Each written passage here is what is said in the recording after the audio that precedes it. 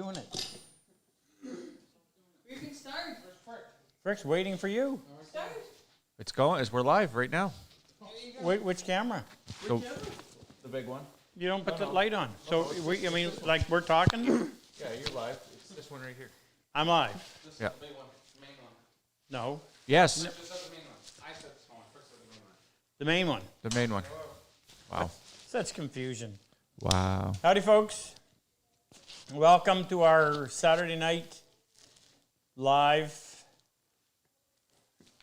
workshop. Answer questions. Takes me a minute to get clued in here. So tonight it's an Ask Me Anything question night. You got one, Frick? Yeah, sure. Wendell Sullivan in Flag Pond, Tennessee. Wendell Yep. Sullivan, yeah. He says, "What is the best design for a very? So are you coming in? When's the best what? What is the best design for a very small workbench, approximately 24 by 36? It would be used to make boxes and other small items." He's getting your chair. Cameras, I'm sorry. cameras I'm directing traffic. Say it again, please. Wait, let me. I got to switch cameras. Jake's is out.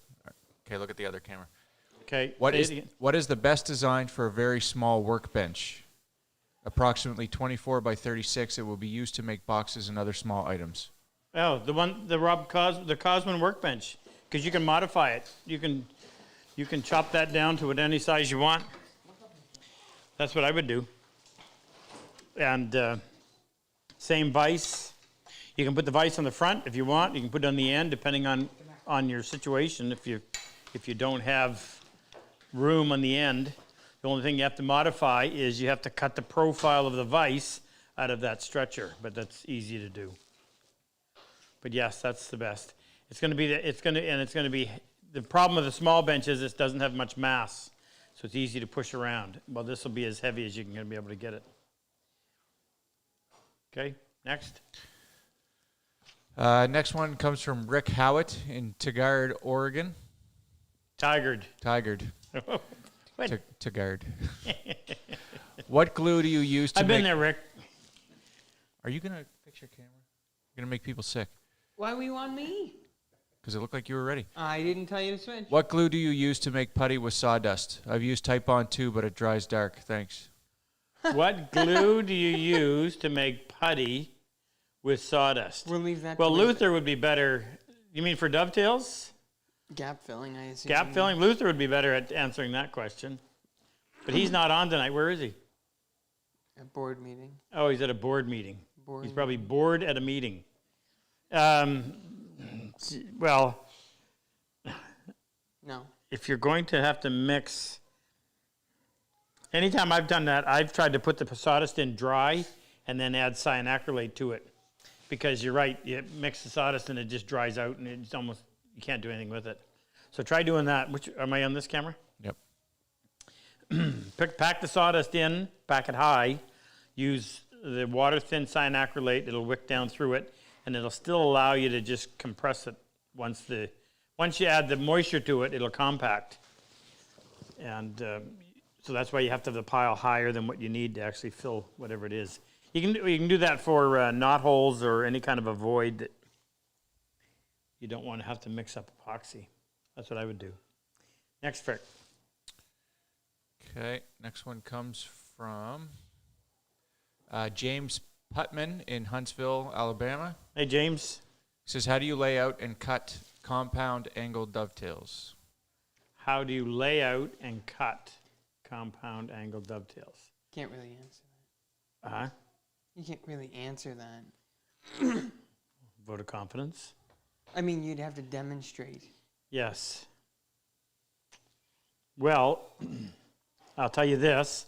The pieces, the ends of the two pieces have to be at the angle that you want that will make them flush with the opposite piece. So if you're putting you're right, Jake. It is a difficult one. I'll give you a couple of tips. Number one, you need to have, because you're going to have an angle on one, that means it's going to be hard to reach with the marking gauge. you'll be able to do the inside one. You know, if there's an angle cut on here, I can reference my line this way, but when you try to do it this way, what's going to happen is, because this has got an angle cut on it, your cutter's not going to be able to touch. So I use a large diameter cutter like that, which will give you the opportunity to be able to get down and do that. Other than that, I guess the only other thing I can tell you is you've got to be careful when you actually do the layout that you don't have your tails on too extreme of an angle. You always have to pay attention to the fact that the grain is running this way. So if you get into a situation where you've got side of a tail looks like that, that little short grain up there is going to break off real easy. So you kind of have to play with that a little bit.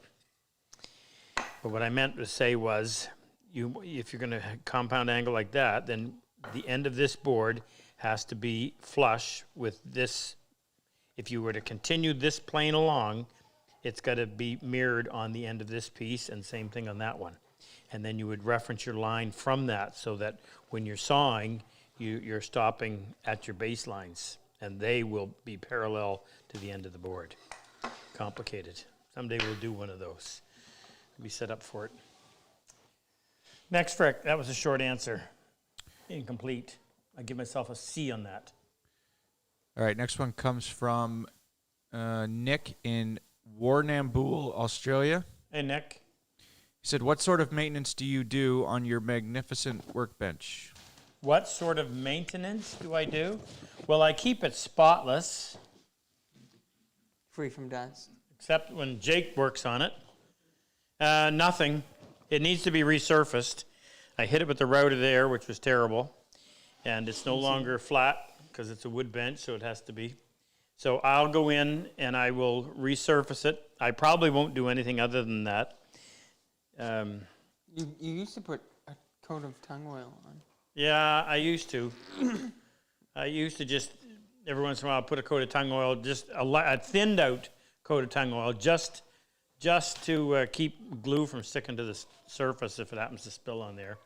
But this will have to be, I got to go in, I got to resurface this.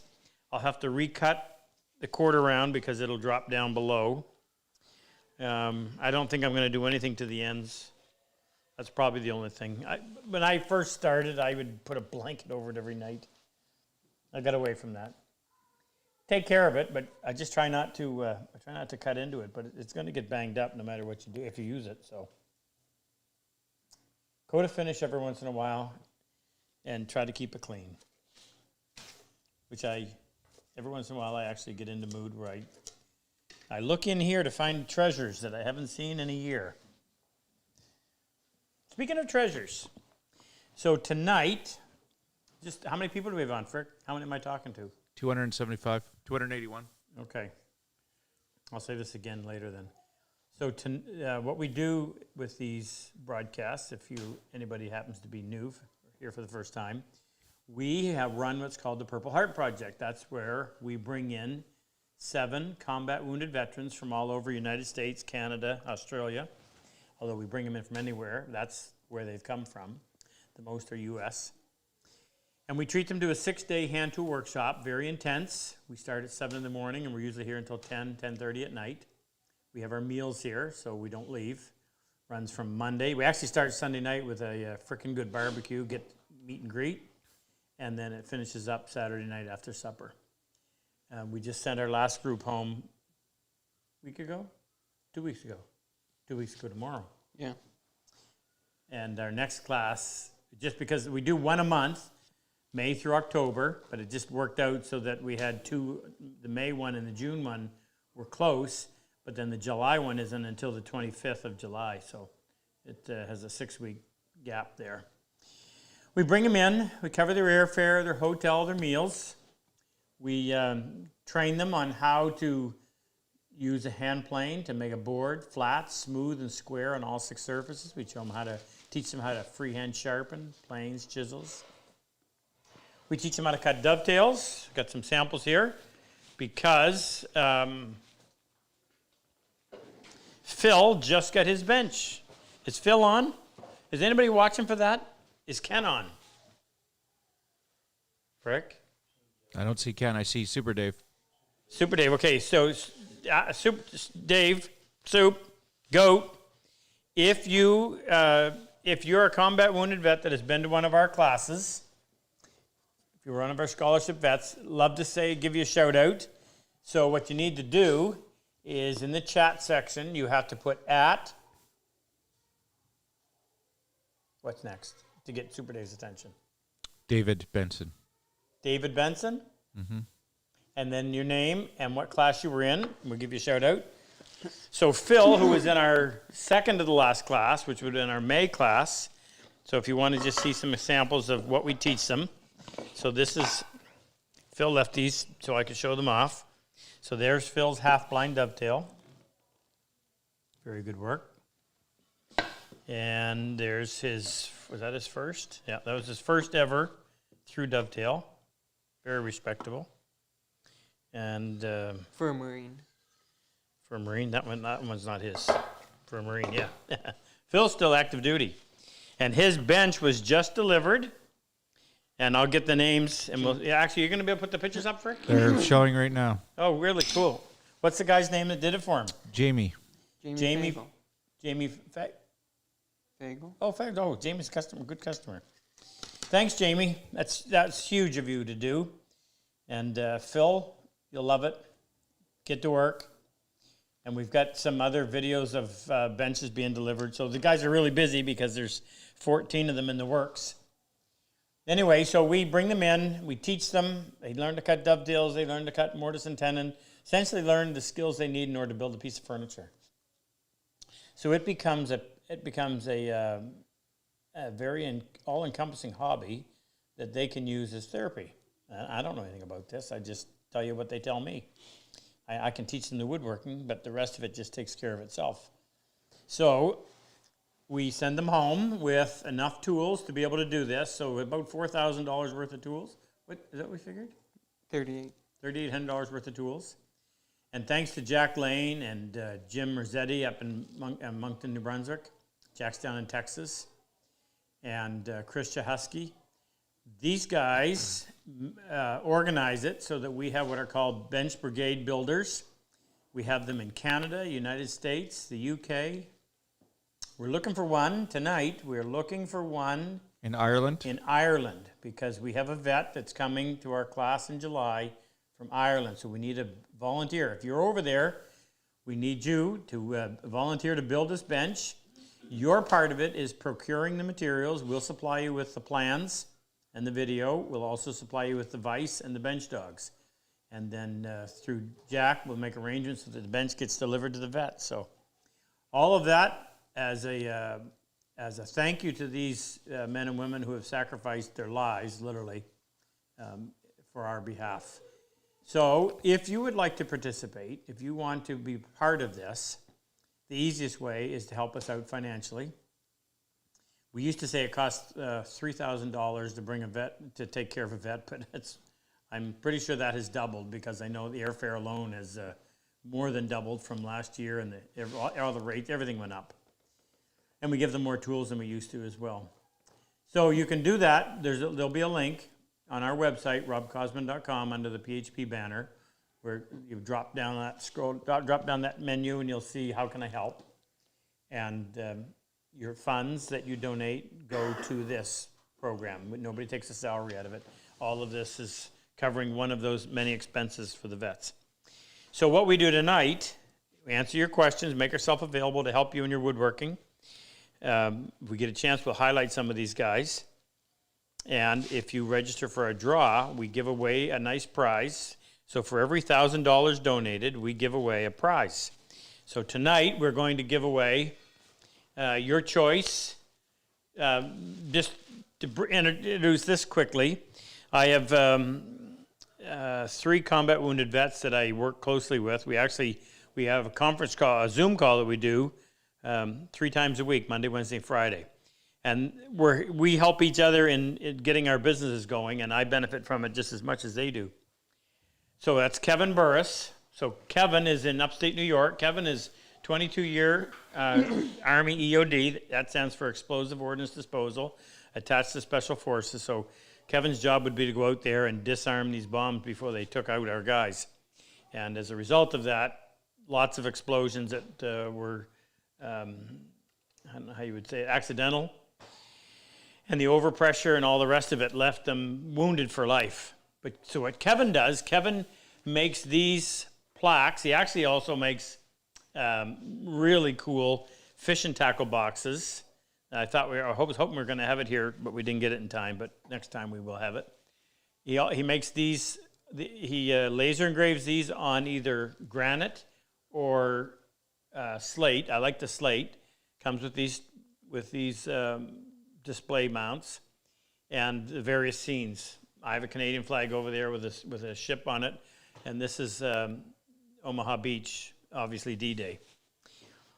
So it'll be your choice what you want on it.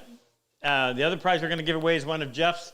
So Jeff makes these Irish kiss sticks, and if you have to ask what this for, you probably don't want it.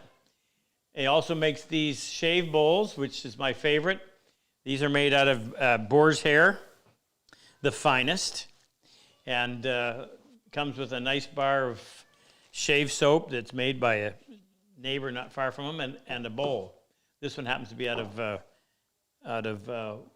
I believe that's white oak. Mine is bog oak. And the third prize we'll draw on tonight, if you happen to see it, we just shot a video, was released last night, on making these little wood hinge ring boxes. So I'm going to give away the ring box that was in the video. So this is made out of bird's eye maple, Brazilian rosewood that was donated to us by, he's in New York. I'll find his name before it's out. We're going to make a couple of saws out of it too, but out of some small pieces, we decided to make these.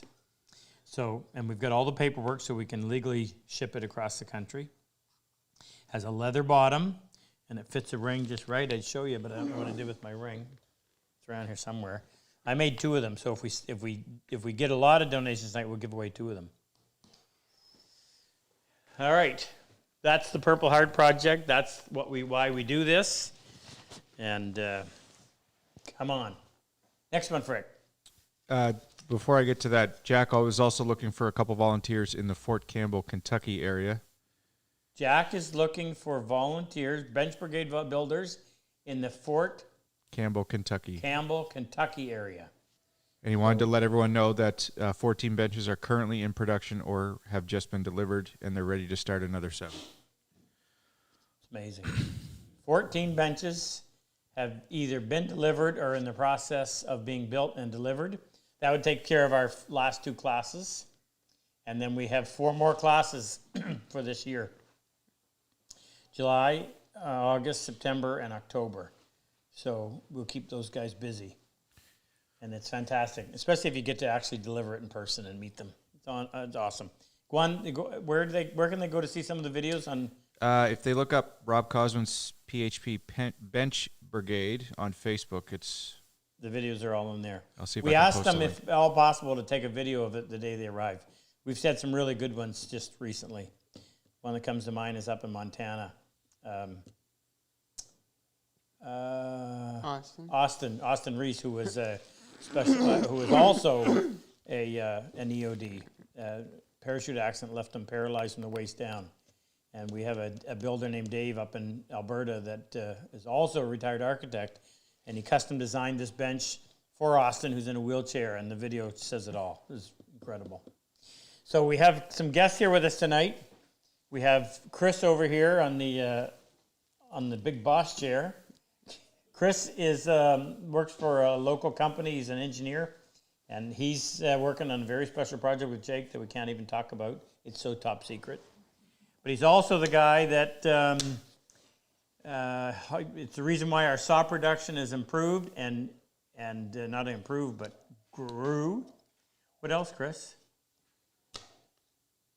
Our big press, a vacuum press in the other shop that we will soon start using to build benches. If you think of something else, let me know. Yeah. Yep. And then we have Troy over there. He's our goalie. We put him between the pipes 3 times a week and just pound him with rubber, frozen rubber. And he still wants to come around.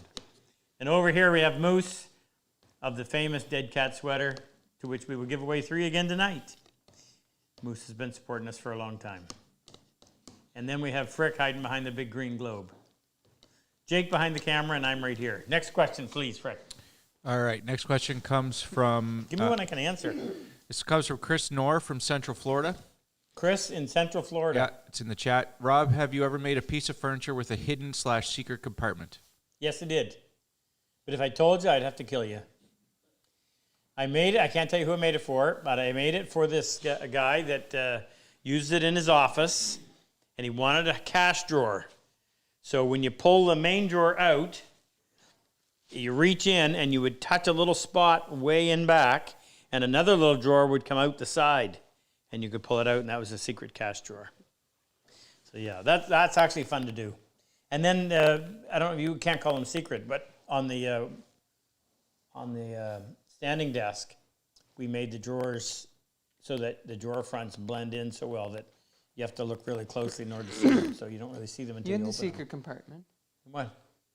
in that in the left-hand drawer. Standing in the desk. Standing desk. You had that compartment that you could lift up, and there was a. Oh, yeah, but he said, didn't he say secret drawer? Secret compartment. Oh, his secret compartment.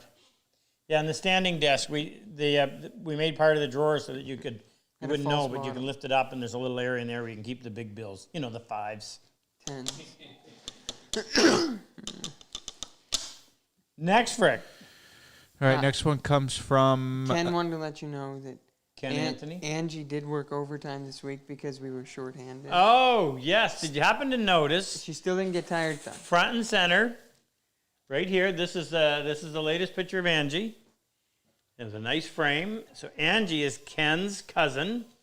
Angie and her sister Lynn do all the packaging of our Purple Heart T-shirts. As you can see, if you look real close, she's got one right there, and you'll see a little. She signs signs off on every one to make sure it's just right. She's got a locker here, and as soon as she gets better, she'll be out here working. She's got to pick up the slack because Ken's getting older. He's a little slower. Next, Rick. All right. Comes from Richard. Super Dave's on. Has he Yeah. said if there's anybody? He said. Super Dave is on. Can I ask this question, please? Yes, No. go right ahead. Richard Rose in Oceanside, California. What kind of grinding wheel/grinder do you use to grind your primary bevels? Good question, Richard. I will tell you all about that. What were we going to say, Jake? Jim Eakin. Jim Aiken. Eakin. Eakin.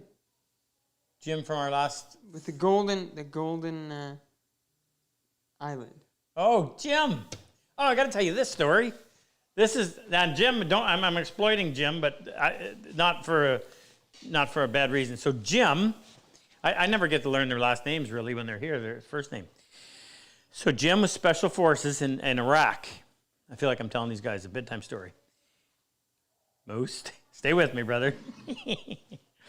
Jim was Special Forces in Iraq, and he was sitting in the passenger seat on the driver's side in an early Humvee, so it wasn't the up-armored Humvees. And normally the bad guys detonate that roadside bomb at the beginning of this was a late blast, so he got the brunt of it and messed him up really bad. Well, the interesting part, I say this, Jim, because I think sometimes we think of these miraculous solutions to medical society puts forth, but this one is really simple. So Jim was left with a lot of paralysis on his right side.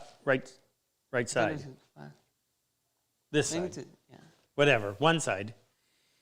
So his eye, he could open his eye, but he couldn't close it because that nerve, whatever, was gone.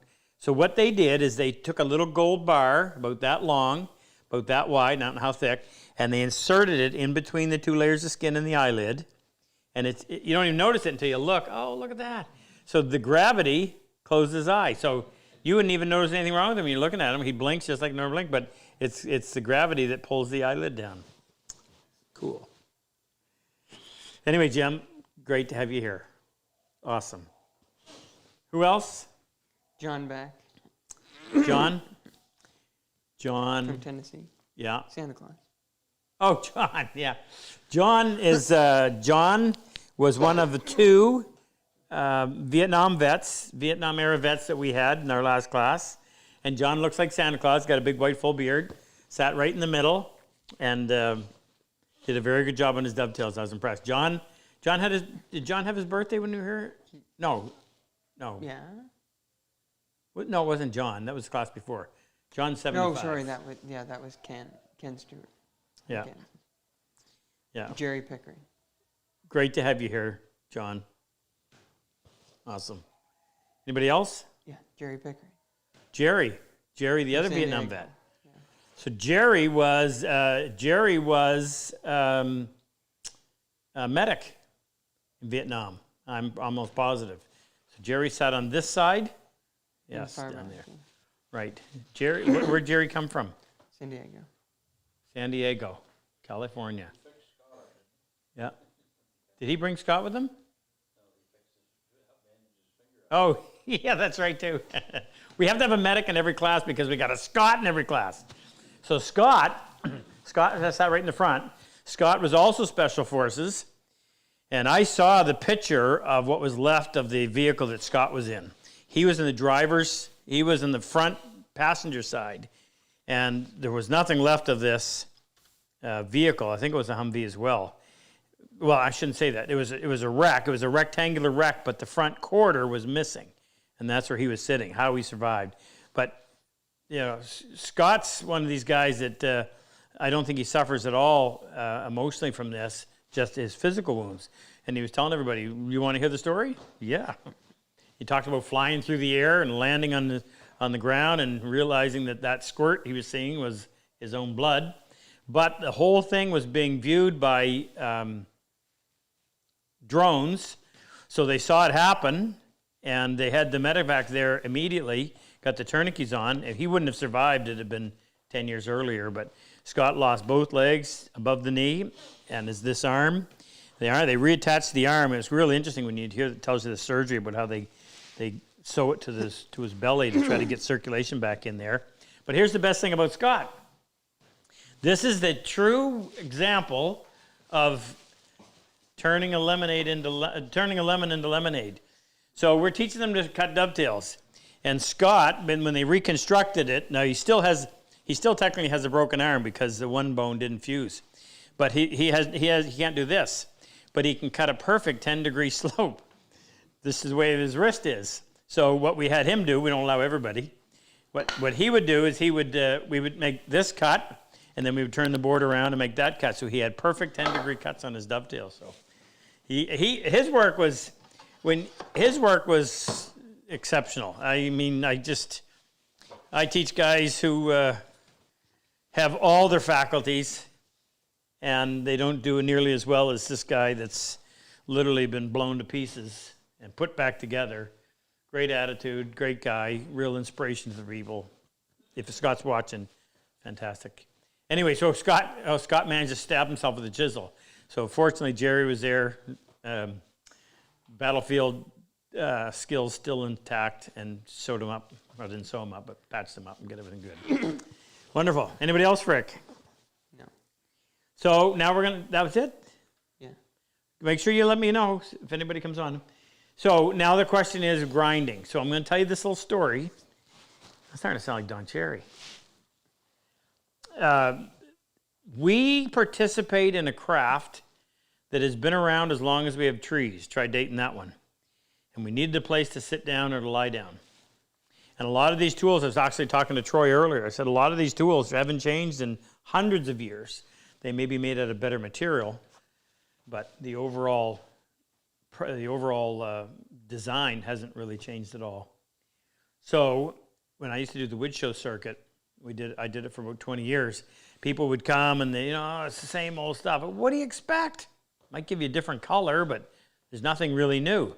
So it's not very often that you would get what I would call a game changer in this craft.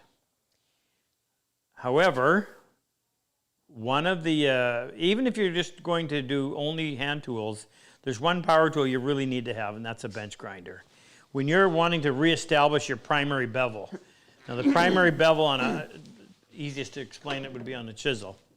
This is the primary bevel. It's typically 25 degrees. That's the main bevel on the tool. Same on a plane blade. There's your primary bevel.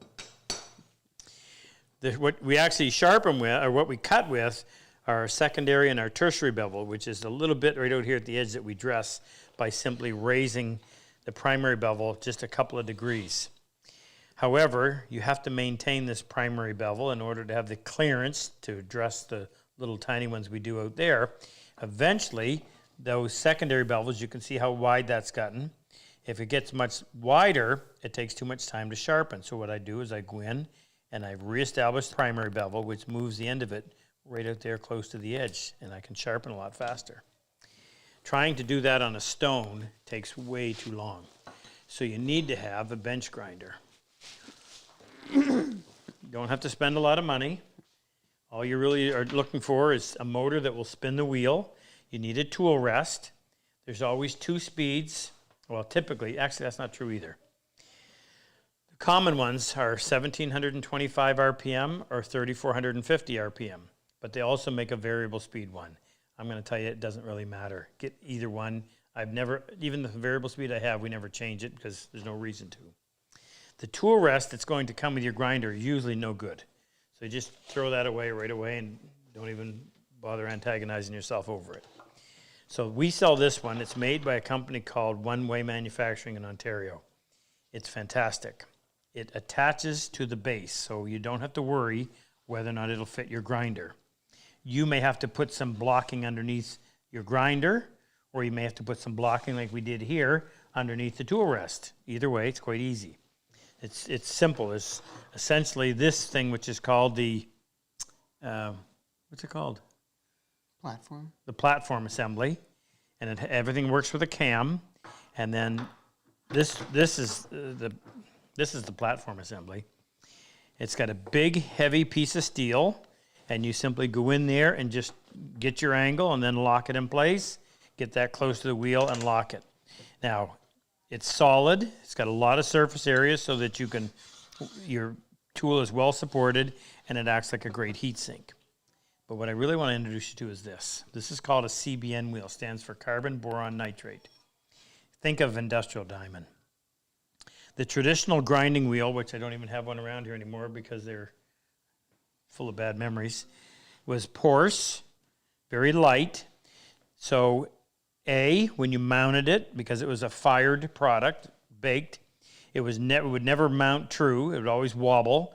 And it had a paper washer on there that you almost had to make sure you left it on there so as not to put too much pressure with the steel washer, which might break it. And you'd have to stop the machine and reposition it and try it again, and sometimes it might take you 10 times to finally get that thing to run true. It was porous, as I mentioned. It wore rapidly, so you had to have some kind of a device that could reshape the surface. And the biggest downfall was, because it was porous, when you were grinding, all of the heat generated either went off in the sparks or into the tool. So that's why it was critical to have something like this to help share that heat so that you didn't overheat the blade and destroy the temper. This one, however, is a big hunk of steel that probably weighs 6 or 7 pounds. You mount it, it's automatically balanced. There's nothing to do there. You don't have to shape it. You don't have to true it. It cuts extremely fast, probably 6 or 7 times faster than a traditional wheel. And when it comes to grinding, it is a game changer. It is probably one of the few significant improvements in woodworking tools over the last 20 years. And I don't think it's any older than that. Cuts really fast. That's the biggest thing. I could go through and reestablish the primary bevel on there and never get it too hot that I couldn't hold it like that. Now, you don't sit there and just push in as hard as you can, but what I'm saying is using the same amount of pressure that I would use on a traditional wheel, you can do it without even having to dip it. You notice we don't even have a container of water here. Don't need to.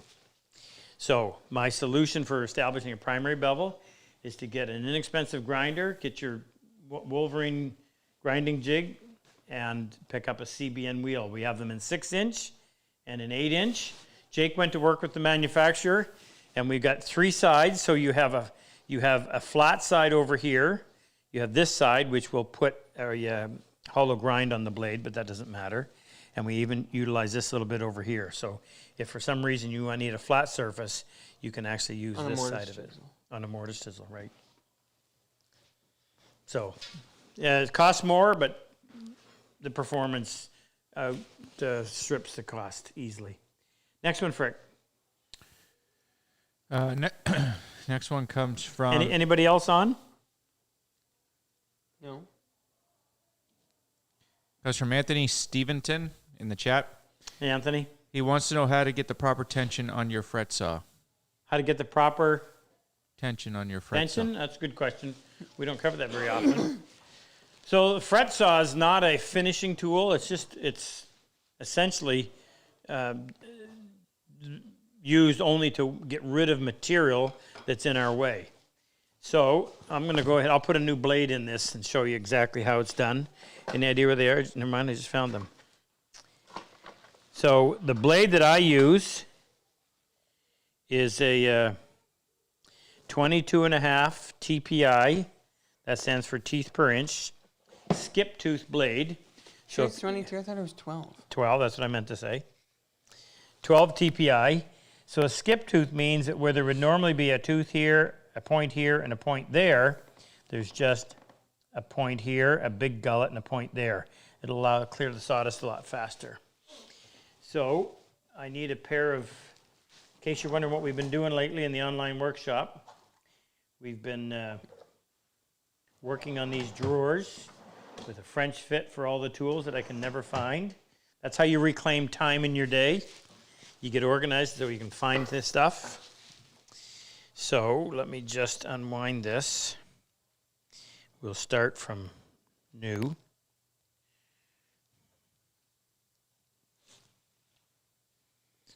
Okay. So first thing I would do is tighten this up just because it makes it a little bit easier to manage. The other way. No. Hold on. Open these up. Open these jaws. Now the surface inside is serrated, so it'll grab the blade better. Now these don't have a pin. That's a used one. This one. Yeah, you just here. What did I do? Oh, I grabbed the wrong one. Yeah. Okay, so I want this to cut on the pull, meaning I want this to cut when I pull the saw like this. So I need to have the teeth facing me. And if you can't see it, you can feel it. So when I grab it like that, I can tell. There's no pin in these, so it's just a straight shank, which means you want to get as much of that shank in those jaws as possible. And then I buried it right to the bottom and then really snug that up. Then open this top one. Now I've loosened the frame here with this thumb screw. So I'll move the handle up until that goes in. And same thing, get that really tight. Now, while I'm pulling on this, I'm going to back this off until I expose about 1/4 inch gap right here. At that point, I'm going to pull, actually what I'm doing is I'm pulling on this while I'm pushing that with my palm so I can take as much tension as I can, and then I'll snug this up. And then when we wind in this wing nut, that's what puts the really good tension on there. The reason why you want a lot of tension, if not, when you're sawing, that thing will bow way out here, and it makes it very difficult when you're cutting the waste between your tails. As you're cutting the waste, you don't want to be cutting into the backside. Well, if your blade is really taut, you know exactly where it is in the wood. If it's loose and it's bowing, it's kind of hard to keep track. Now, first thing you're going to notice is I only have that much depth of cut. So what we do, I'm right-handed. I grab the blade right here and I give it a twist about 30 degrees at the top as well. And now what that does is instead of keeping the frame of the saw horizontal when I'm making a horizontal cut, in order to get the blade horizontal, the frame's up here. So now I don't have any restrictions. Now you got to remember when you're going down your saw curve, you got to lay your saw over to compensate for that twist. So you can get down to the bottom, and then as you're sawing, turn that around, and somewhere right around there is where you're going to be able to make a level cut. Now you'll also notice that we tape our handles, and it's because it's a really small handle and it's very difficult to hold on to, but when you tape it like that, it gives you some grip. There you go. Good question, sometimes overlooked. Not now. Next, Frick. Who is your favorite hockey player of all time? Favorite all time, Bobby Orr. From Parry Sound, Ontario. Played for the Boston Bruins. Played for Chicago for a little bit. I think he actually played for New York, maybe at the end of his career. Moose? Did Bobby play for New York or just Chicago and Boston? He did.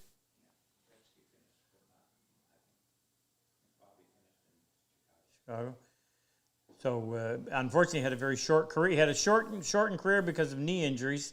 That today he'd have been still playing, but back then the surgery was almost as bad as the injury. All right, this one comes from Defenseman, by the way, number 4. Colin Wilson in Victoria, Australia. Hey, Colin. I'm doing dovetails in Baltic birch plywood. Is there any things to consider? Much appreciated. Yeah. So I did it. I had never done it before until we built that tool cabinet that's in the other room, and that was featured in the online workshop. The only thing I would suggest is that because half of your pin, half of your tail is going to be, here's an example. So if this was a solid piece of birch, grain running this way, it would be really tough. But it's not, because approximately half of this thickness, the grain's running this way. And you know how easy it is, how hard it is to break a piece that way, and how easy it is to break it this way. So because of that, your pins have half the thickness that they normally would. So I made them purposely, on purpose, I made them wider than I normally would like to do. Other than that, it wasn't bad at all. I was quite surprised, and it actually turned out quite well too. Well, we got some right here. Chopped a little weird, didn't it? Yes, yeah, it did. When we made this garbage bin, of course, we had to dovetail everything. So you see how much wider I made my pins compared to how I normally would do it. It does chop a little weird. You want really sharp chisels. Yeah, practice on one piece before you start. But the only thing that I can think of to tell you is to make sure that you allow for wide enough pins and tails because of that factor that I just mentioned. Next, Rick. Next one comes from Doug Brown in Boston. Hey, Doug. He says, when do you think we might see a Moxon vise build with the new cosmonized hardware? When do you think we might see a Moxon vise build with the new cosmonized hardware? Oh, wait a minute now. Read it again for me. I'm trying to understand what he's meaning. When do you think we might see a new Moxon vise build with the new cosmonized hardware? Soon. What's he mean? A new build using the new Moxon vise. A build of what? A Moxon Oh, vise. you mean make a Moxon vise using using the the kit. hardware? What are we going to do? A YouTube on that? Making an actual Moxon vise. Oh, right. Because we're going to do the one that you can set up on top. Yeah, very soon. I'm just remembering now what he's talking about. We're going to make a Moxon vise that you can Traditional. You can put it on the top of your bench so that the guys that don't like to have to bend over can cut dovetails at a. This has to be explained. It's nice to have your bench low for when you're planing so you can lean down on top of it. But it's nice to have a high bench when you're cutting dovetails so you're not having to bend over. A Moxon vise allows best of both. So that'll come fairly soon. I can't give you an actual date, but it's on the Radar. On the radar. Yep. Next, Rick. Todd Michael in Leachdale, Ontario. Hey, Todd. He says, since this is an Ask Anything segment, I'd like to know if Rob has retirement plans, and if so, what he would like to do once retired. Woodwork. So, people retire to hopefully go do the things they want to do. I do that every day. So, will I ever retire? After I die. not before. I do what I do. I do what I want to do every day, and that's what this is. So, What a cheesy answer. is that a cheesy answer? Thanks, John. Cliche. Yep. And I'd play more hockey if I could, but I can't. My knee can only handle 3 times a week.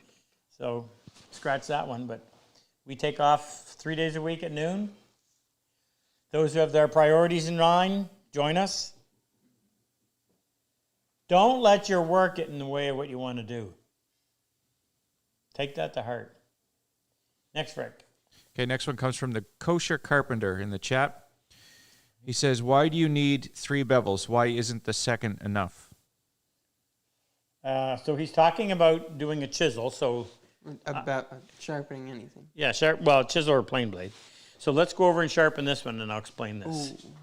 Of course, I don't have anything here because Jake has robbed me. No, Robbed me blind. no. No? You took all of that out. What are you talking about? You mean You for the took class? all of the stones out for the class. Okay, fine. Then Your you fault. entertain them while I go find it. Sure. 90% of the mess here is Rob. Do you like this? There's only one stone here, Jake. Well, I moved them around in the classroom. It's at bench number 3.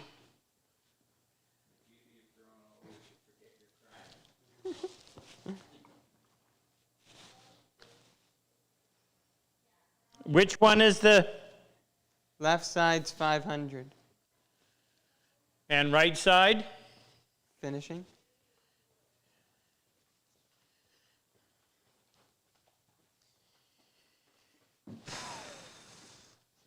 All right.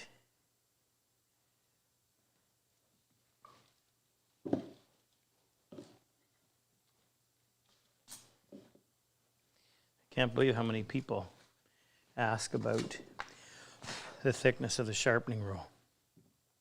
Probably the number one question. That's not right. What? What do you have there? The thinner one of the two? Oh, The that's 2000? Where'd that come from? Would have been bad. What's this one? That's a 30. Okay. So the first thing I've got to do is flatten these. And I'm using the Sharpening lapping plate, which is an extremely expensive piece of kit, but provides a level of flatness that you can't get otherwise.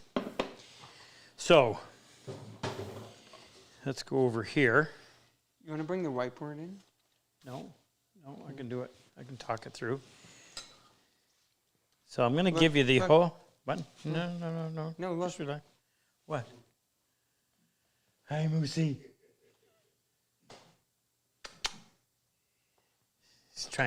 He's trying to steal the show. That's Jake's first of one, Safe way to put it.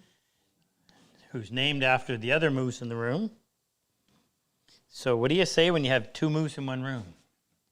Meese. 2 meese. Is that thing gonna go flying? Probably. All right. Jake's got a buffing wheel, or not a buffing wheel, but a wire on there for some reason. So I'm going to go in here, and I'm going to reestablish my primary bevel.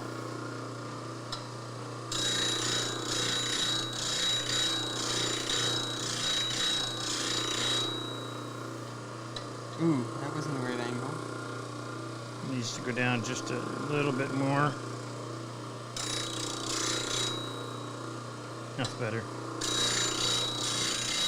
So the problem coming off a bench grinder is getting the edge of the blade to be straight. Straight is defined as the shortest distance between 2 points.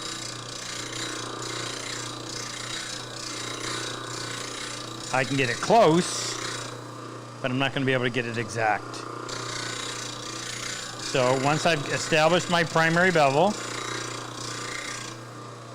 this would apply with for a plain blade as well.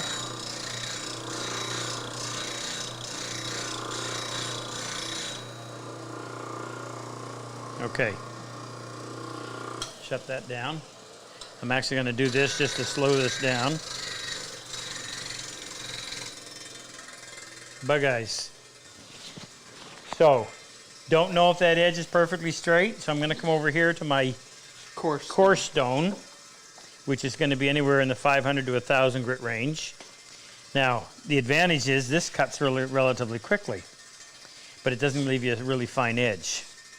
So I'm going to come over here, find my primary bevel, raise up a few degrees higher. Depending on the width of the chisel, I can either do circles or forward, little short forward and back strokes. Work that until I get a little bevel that runs corner to corner. If this stone is flat, if the pressure I applied was uniform, then that tells me that this edge from here to here is now straight. If I try to straighten an edge with this stone, it would take forever and a day. This stone moves material very slowly because of how fine it is. But I'm about to set a straight edge down on a flat stone. That means that when I put this down, referencing off the primary, raising up a little bit higher than I did over there. In other words, instead of sitting on the secondary, I'm now up a little bit higher, and I'm going to create a tertiary bevel. But at this point, the only thing touching the stone is the cutting edge, and from there to there. So all I have to do with this really fine stone is simply get rid of any evidence of the coarse scratches created by that stone right at the cutting edge. Because it's already been straightened with the coarser stone, I'm not having to move a bunch of material, and as a result, my whole sharpening of a chisel is somewhere around 15 seconds. That's the reason why we use 3 bevels.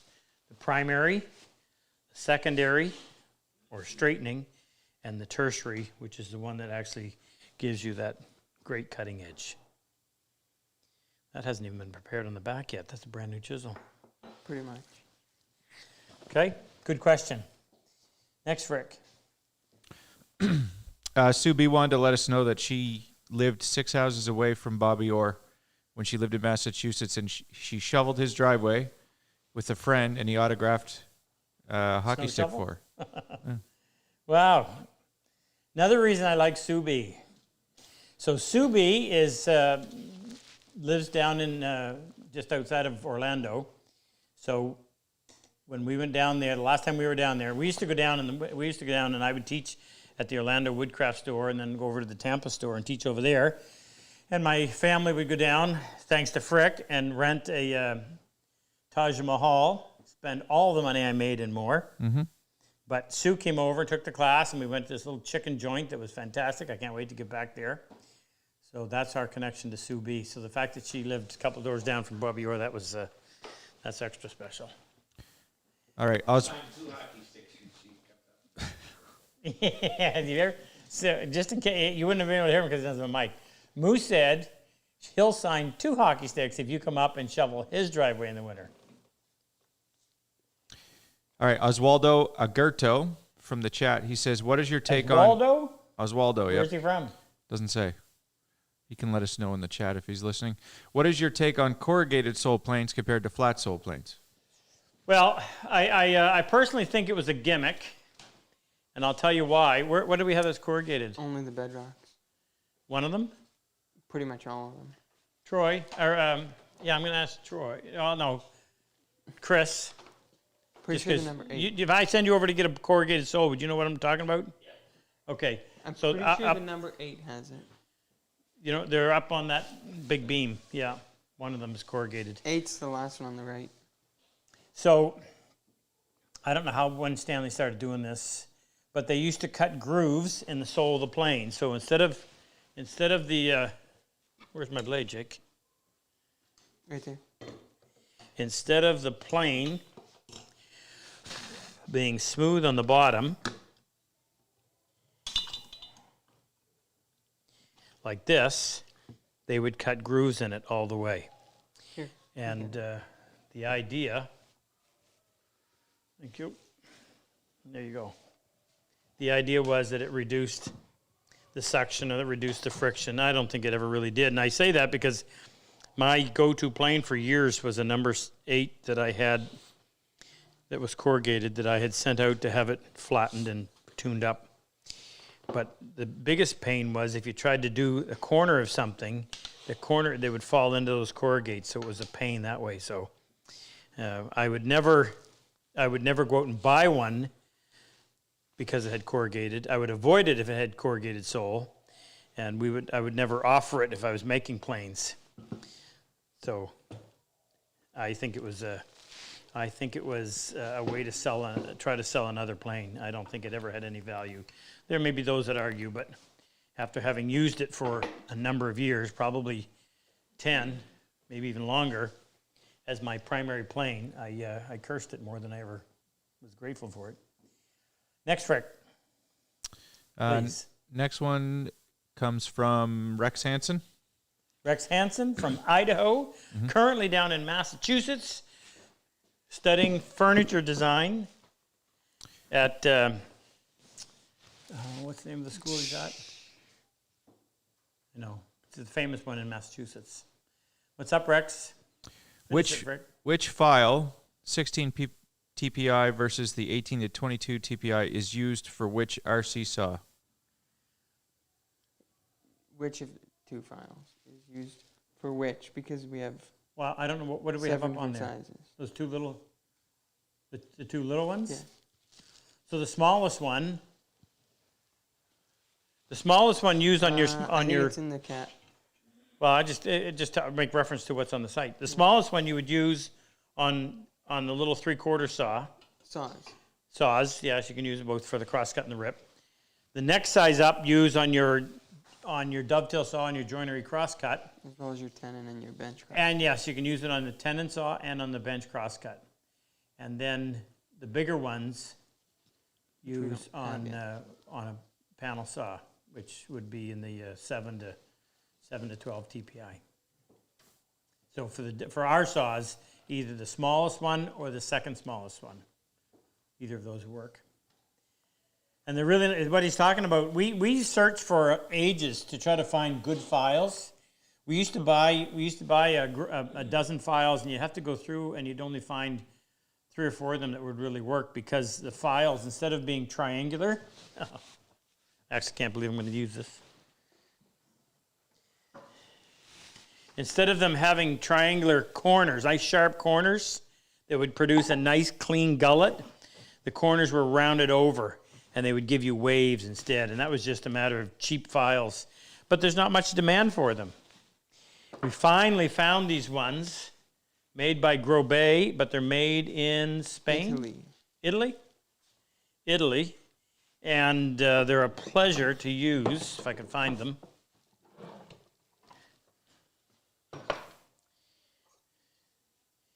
They're a single cut. Number 2 cut. Number 2 cut. They're actually double cut. Double cut, sorry. But they cut nice and clean. Really, really nice to use. Nice. And they're not very expensive. Well, they might be compared to the junk that you buy, but for what they do, they're not expensive. So there's the small one that you would use on the 3/4, and I'll just show you in reference. So, This isn't available. No. When I say 3/4 saw, these are their 2 newest saws. This is the 3/4 crosscut, 22 TPI. This is the Len Robichaud. You'll hear that story sometime soon. Dovetail saw, so you're going to use a little one for that. And then this one you would use on the joinery crosscut and the regular size dovetail saw. And the tenon. And yes, and the tenon as well. And the joiner, the bench crosscut and the joiner and the tenon, you could use it on. Okay? Next, Frick. By the way, Oswaldo was from Lima, Peru. Hey, Oswaldo. He asked the question about the corrugated planes. Yeah. The reason he was asking is because he says most of the planes sold in Peru are corrugated. Yeah. Anyway. This one comes from Drago Dichev in Santa Barbara, California. Drago? Yes. Yep. He Giving says, you some challenges tonight, Frick. yeah, I know. When sharpening my rip saw, is it beneficial to polish the bevels or have micro bevel with a finer grit? When sharpening my rip saw, Is it beneficial to polish the bevels or have micro bevel with a finer grit? Secondary bevels on his rip saw secondary bevels on his rip saw. to make the tooth sharper. On your rip saw? Yes, that's what he's asking. No. Well, I mean, I've never done that, and I don't know why you would, actually. Be an awful lot of work for what you gain. What would you gain? I don't know if you would gain anything. I don't think you could measure it. A rip saw, even a dull rip saw, will cut. No, well, I wouldn't- ideally, what you would gain is maybe a smoother surface. No, because that has more to do with the set. Exactly. That's the set. That's not the. So what's going to give you the nice thing about a good rip saw, dovetail saw, rip saw, is that when you're done, the surface is sufficiently smooth and flat that you can join to it, meaning you don't have to go and do anything else to it before it's ready to actually put into the assemble to the other piece. I'll give you an example. So if I take my dovetail saw and I come in about 3/4 of an inch, make a cut, and then take that piece off. The smoother and the flatter that surface and that surface, the better the joint's going to be.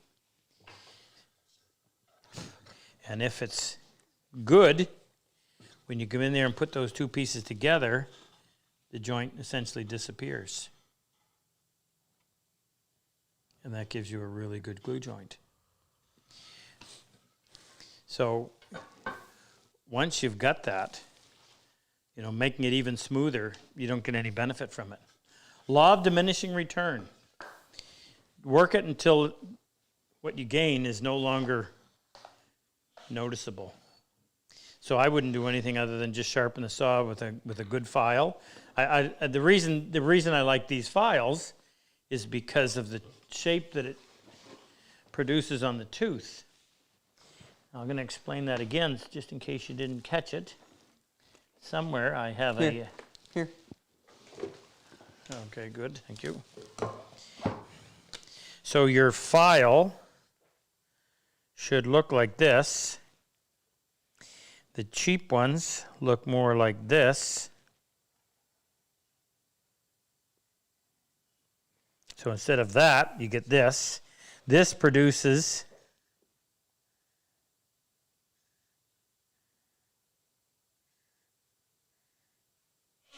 nice sharp gullets. This one produces this. Of course, a bit of an exaggeration. So the new files give you that, and that's what you want. Lots of them in inventory? Yeah. Won't be after tonight. Okay, next Frick. Oh, before you do that, let me just show you what we're doing. So the online workshop, which is great because we've been working on shop furniture.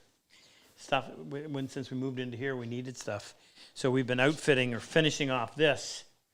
And this sat dormant for how many years, but we're finally getting to it. So these pullouts have planes on the bottom. These are the round bottom planes that we use when we make things like the traveler's chest or anything that has a radius on it. That's an old compass plane, and that is a drawer bottom plane that was modified. Did you put those different drawer slides on that? Yep, I changed them. These are all the different planes. Now, why I have so many is because I've got each one of these designed to make a different, either a groove that's farther away from the fence or that's not as deep or deeper. So if you make them, then you have the luxury of having lots of them. And then this one has got vice grips, wrenches, and whatever. This one has tools mostly for on the router. And then we've got a few more to do. Now, why did I just tell them this? Because of the box you're making. Oh, so the next one is going to have all of our precision stuff. So I've got an engineer's level and an antique level, And I've got these that my Gauge blocks. who Gauge blocks. my gauge blocks that Sean out in Oregon sent me. And if I remembered I had them, I'd use them a lot more. So the next drawer is going to have a special spot for all of that stuff. And one of the things is my Mitutoyo digital micrometer, which I used to take to all the wood shows with me so we could measure shavings and show people how thin a half-thou shaving was. But the box got destroyed from all the travel, so we're just in the process of making a mahogany one with have a wood hinge lid on it. And we're just trying to decide how we're going to fasten the lid. I think we're going to use a couple of quarter-inch magnets in the lid and then just a couple of steel pins down here so it'll actually stay shut. But that's what that is, if in case you were wondering. But the other thing we were doing in the online workshop is we're doing that bottom section for the Cosman workbench where we did a series of drawers and doors that can be accessed from both sides. Check it out. You can find that you can find access to that on our website under the training section. Next, Frick. We have a lot of people that want to know if Canadians have forgotten to cut hair, how to cut hair. We even had a suggestion that if we raise a certain amount of money, that you let one of us shave your head. Frick. Yeah. Yeah, I don't think we have come up with that number.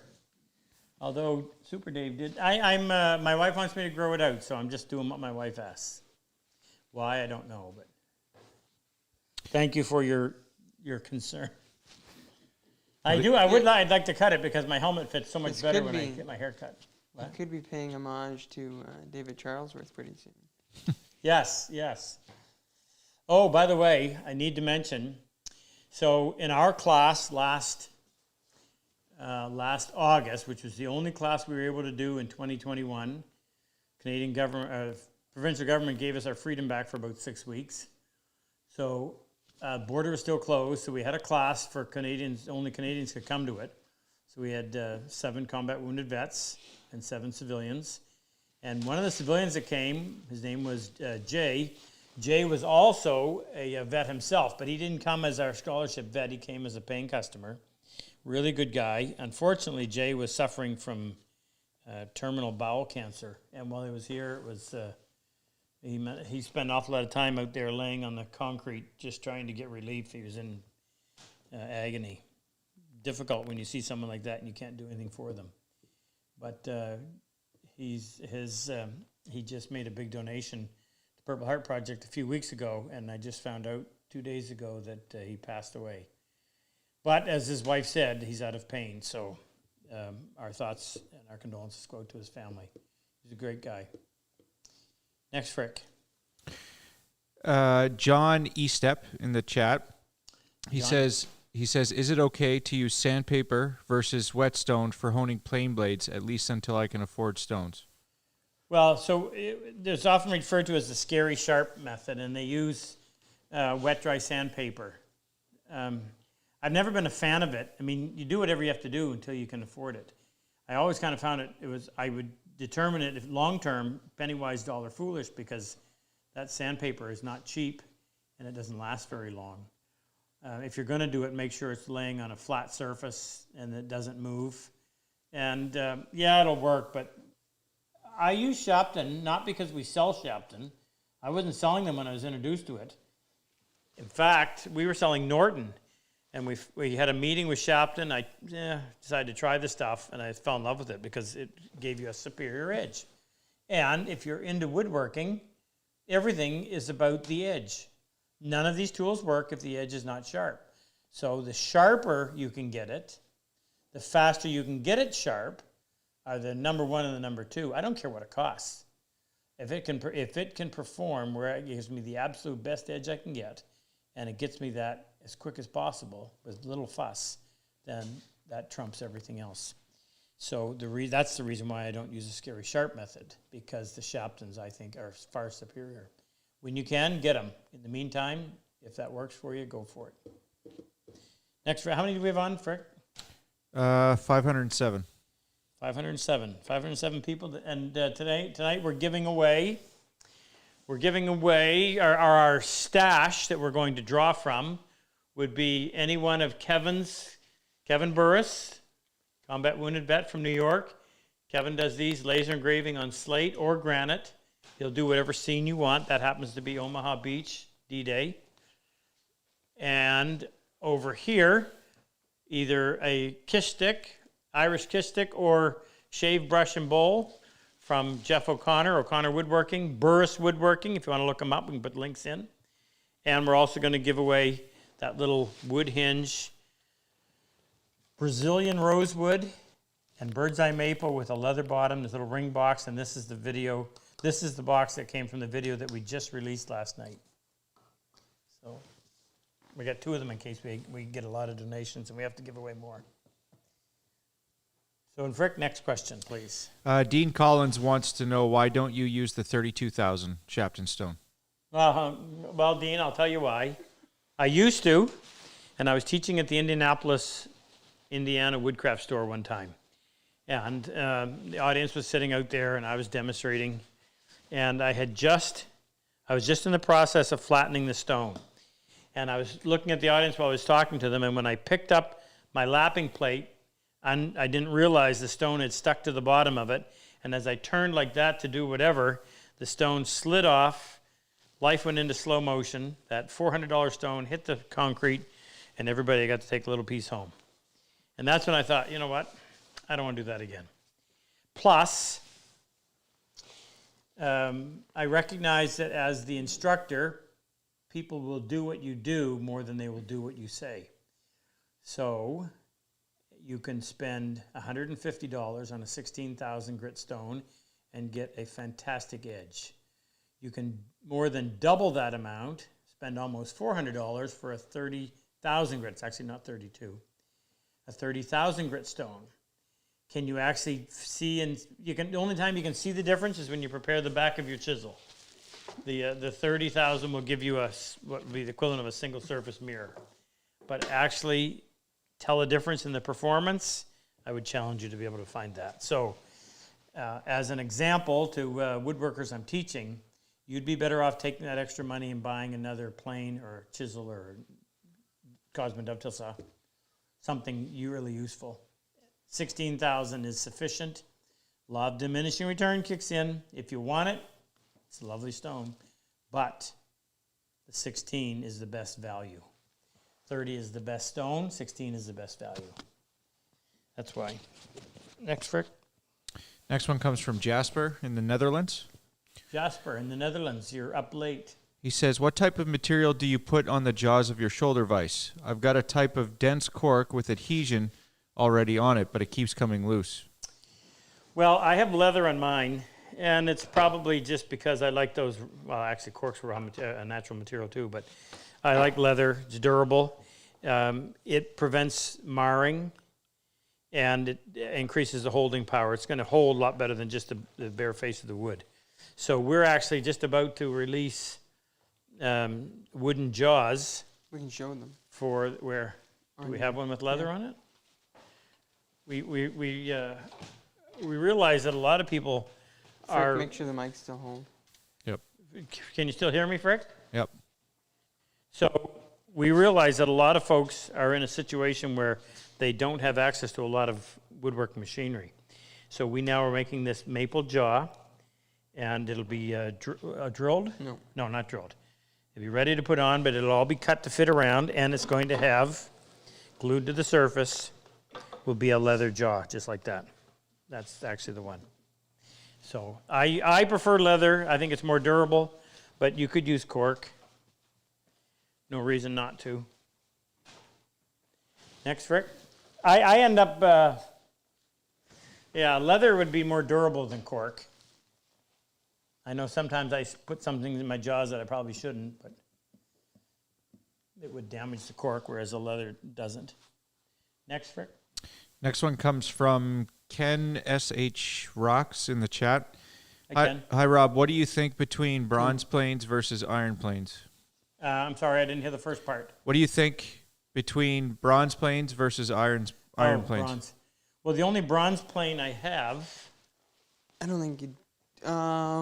Jake still hasn't returned the frog from it. I have a bronze 4.5. You have which the edge is, plane. Oh yeah, down in here.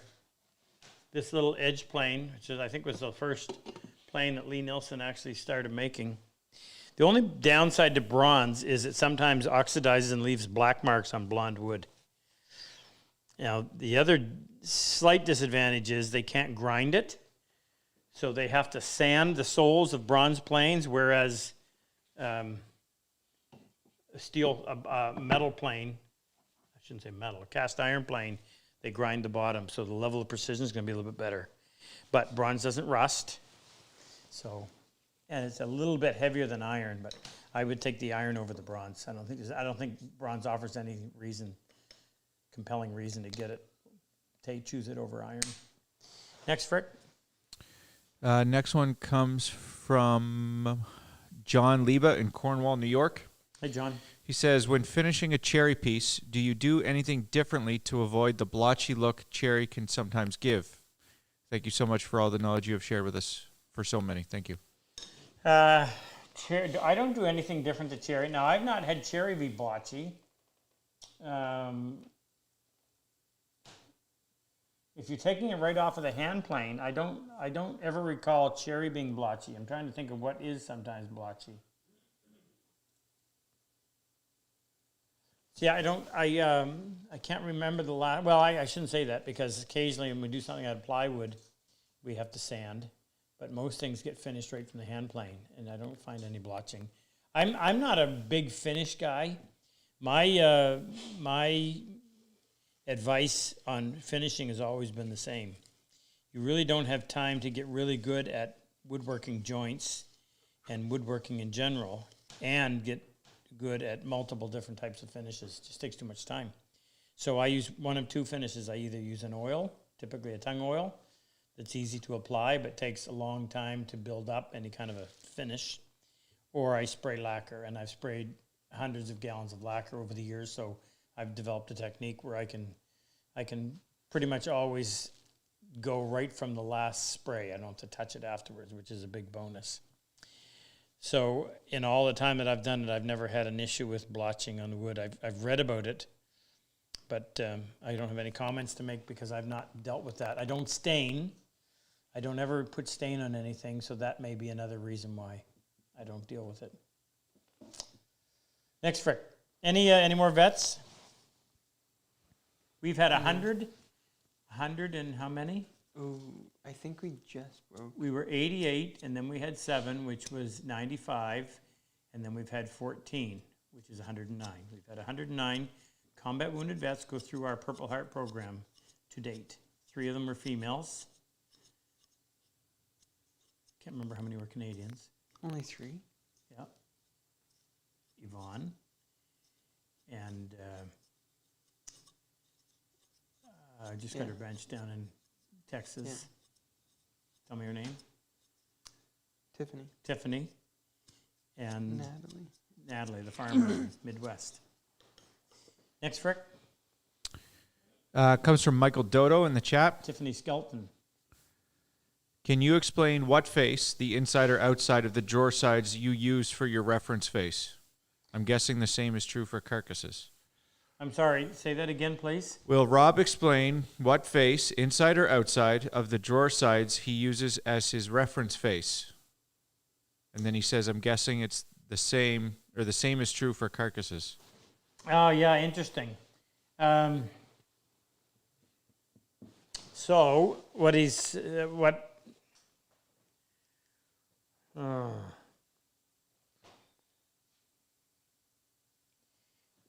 yeah, I'm trying to formulate this.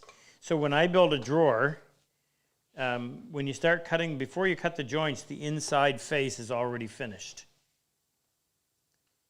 The outside face is left somewhat rough, meaning rough from the plane, thickness planer usually, because that's going to be plane to fit. But I have to make sure that that outside face is parallel to that inside face, because referencing all of your, laying out your joint is all going to be done from the outside face. So and the same thing too of a carcass. So I think I always use the outside face as the reference face on a box, on a drawer, on a carcass. But like I said, and particularly when you're doing the pin board, you can't go in, you can't cut the joint, cut the pins, and then go in and plane the inside face, because what'll happen, not a very good example of a dovetail, but what would happen, you can plane the inside face of the tailboard, that doesn't change anything. But if you plane the inside face of this pin board before you assemble it, then this, the width of this pin is going to, as it comes down here, it's going to become narrower, and it's going to create a very loose fit, much like this one. Next, Rick. Kent Merrill in Jonesboro, Tennessee. Jones, and where? Tennessee. Where? What city? Jonesboro. Okay, I've been there. He says, "Hi, Rob. I'm a new member of the bench brigade, and I'm trying to start my first bench. The problem is that there's no access to Baltic birch in my tri-state region. I'm also trying to find apple ply, but so far my search has been fruitless. What alternatives do you have?" Well, first I would try some cabinet shops, some furniture shops. Cabinet shops usually may have it. They may be able to sell you a sheet or two, especially if you told them what you were doing. There's been a shortage just because of embargoes with Russia, and a lot of it comes out of there. I don't have any experience with the apple ply. I was talking to Jack today about apple ply, and he said he wasn't really thrilled with the apple ply he used, but he gave me the name of some material that... Eucalyptus? Eucalyptus, yeah. I heard that for the first time from Jack. So you may want to reach out to Jack and see what he can tell you about that. Regular plywood really stinks, especially in this application. They typically use almost a weed for the interior core, and they only put the good stuff, a very thin layer on the outside. So I'm not a fan of it at all. The first bench I made, I used regular plywood, and then I used Baltic birch after that, and it was a difference between, I wouldn't say night and day, but it was a substantial difference. So don't give up on the Baltic birch yet. Try the internet, and try a cabinet shop, or try a wholesale supplier place at surprise cabinet shops. They may have it. Sometimes the retail places don't always. And get a hold of Jack and see what he can tell you about this eucalyptus ply. I don't know any more other than that, but thank you for being a part of the Bench Brigade. You will love the experience. Awesome. Somebody wants to know how you installed all of those little drawers behind you. How did I install them? Yeah, with drawer slides or... Oh, this is prototype stuff. So this is only done, this is all, the idea behind this whole piece, after we built the bench, this goes all the way back to 2012. Wow, my goodness, 10 years ago. No wonder I need to resurface it. The next thing they wanted was a tool chest, and that made sense. So this is a very... They being? They, members of the online workshop. This is a very personal piece of equipment because this has to match your style of woodwork. Mine's a mess. I want to know where the tools are. I want it to be very convenient. I want it to be a real natural reach for and I get.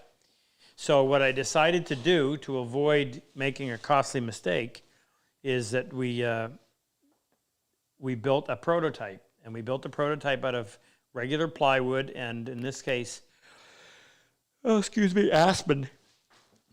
And the intent was build a prototype, work with it for a period of time, make changes as we went, and eventually settle on what we thought was good stuff.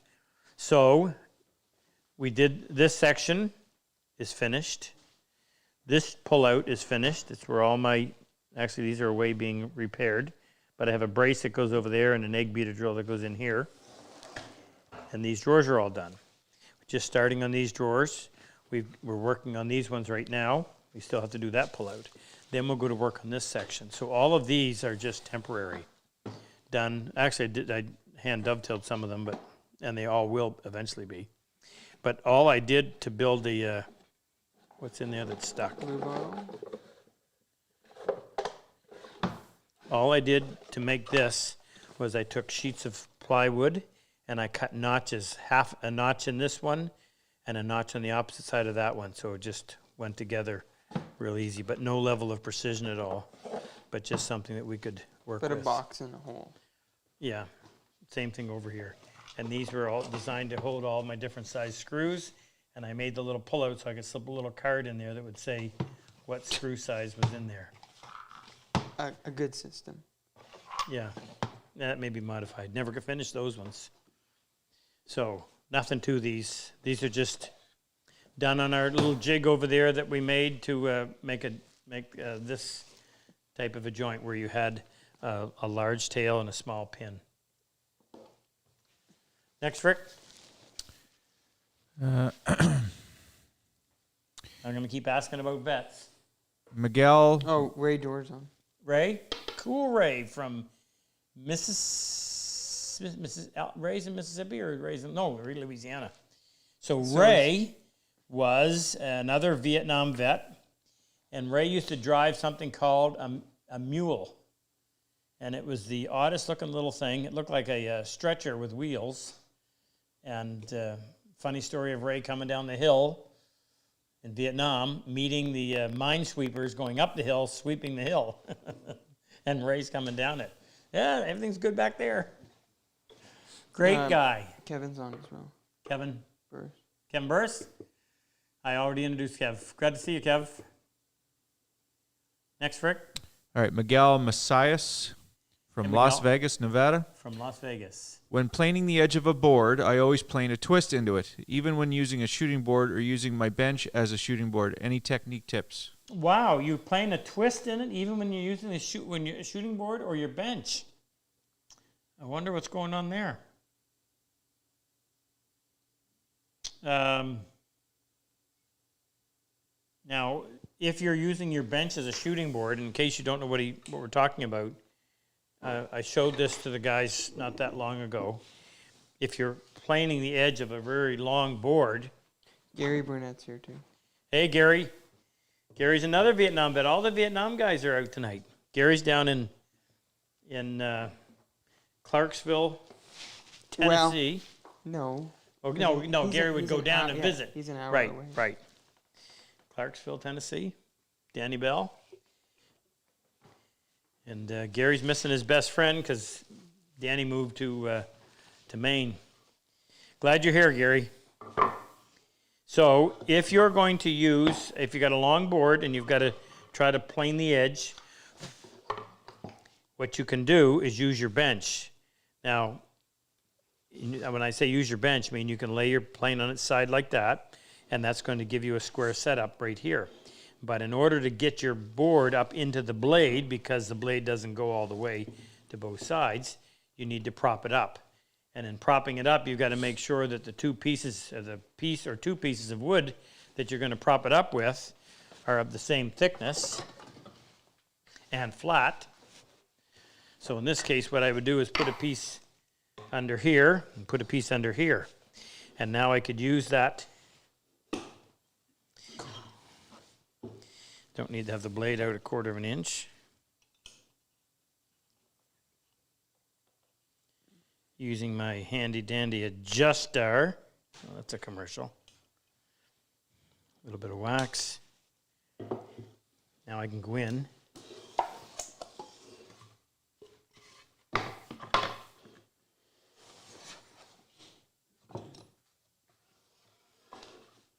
Might actually be easier clamping this.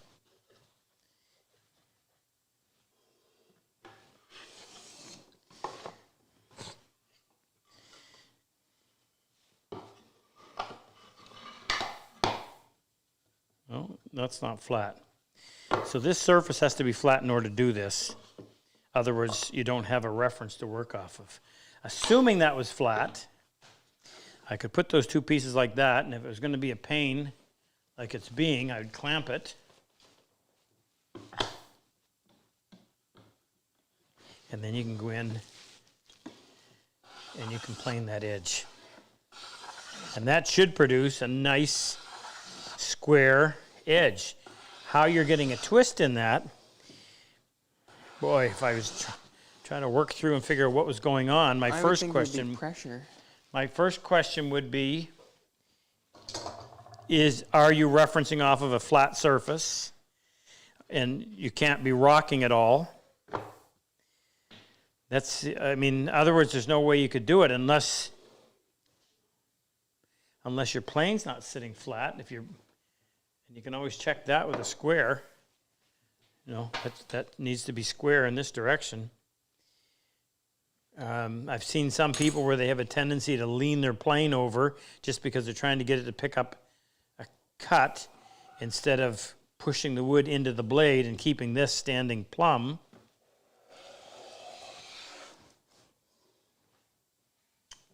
I really, I'm lost on that. I don't know how you could get a twist in there. You got me. Check and make sure that you've got a flat surface that's laying down flat on the bench. That's your reference point. Best I can do on that one. Next, Frick. Next By one. the way, how many prizes are we giving away tonight? We got a half an hour. I'm not keeping track of it. You're not? Is anybody? I don't have access to I it. will. Jake is looking it up. Next question is from Joe Phillips in King George, Virginia. Hey, Joe. How important is the edge on a skew chisel when turning? For instance, would you ever take it to the 1,000 grit or even the 16,000 grit stones? No. No. So when it comes to turning, you've got the advantage of power because a lathe is turning that. I've been doing a ton of turning with the skew chisel. In fact, if you look behind Troy, you'll see a pile of sawdust over by the lathe because I'm the guy that does all the chisel handles, all the Curfex 10 handles, and all the mushrooms now.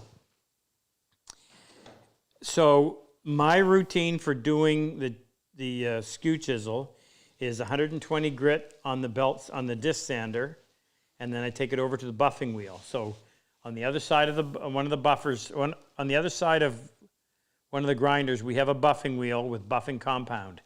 And I just polish the side, and it'll actually give you, I'll just grab it and show you. It will give you I don't know what it would be the equivalent, but it'll give you a very nice edge that will produce a surface that requires 3 to 5 seconds of sanding with a 220 grit. So that's 120 grit belt sander or disc sander, and then hit with the buffer. And it gives, now that needs to be done again, but it's still quite sharp. And because the way we do it maintains the bevel, so we don't have that multiple facets on there. Really important that be kept nice and flat, because that's what guides the cutting edge. You actually ride on that bevel, and then you just lift and roll your skew chisel until it starts to bite in, and it gives you a wonderful shear cut that makes for a much smoother surface than anything you would get scraping. So didn't I do a video on that? Using that, yeah. Yeah, on the skew chisel. Yeah, I'd take it over and show you, but we can't. We lose our mic in the other building. Next, Frick. Next one comes from Alfred Borg in the chat. Alfred? Yeah, he's from Melbourne, Australia. Alfred? He says, on your drawbacks, is there a reason why you run the... He means drawer. Drawer, yeah. Backs. Is there a reason why you run the drawer bottom right through instead of making the drawer back the same height as the sides and sit the bottom in a groove? Yep, there is. So if we... are these solid bottoms or plywood? These are plywood. They're Baltic birch. Have I got a where do I have a solid wood drawer bottom in here, Jake? One of those back there. That one? Isn't that one? Oh, yes. That yeah. one's aspen or pine. Okay, so I very much adhere to traditional drawer construction whenever I can. And I do that because I like the traditional way of doing things. It ages well, unlike some politicians' pre-election promises. So I have my drawer sides.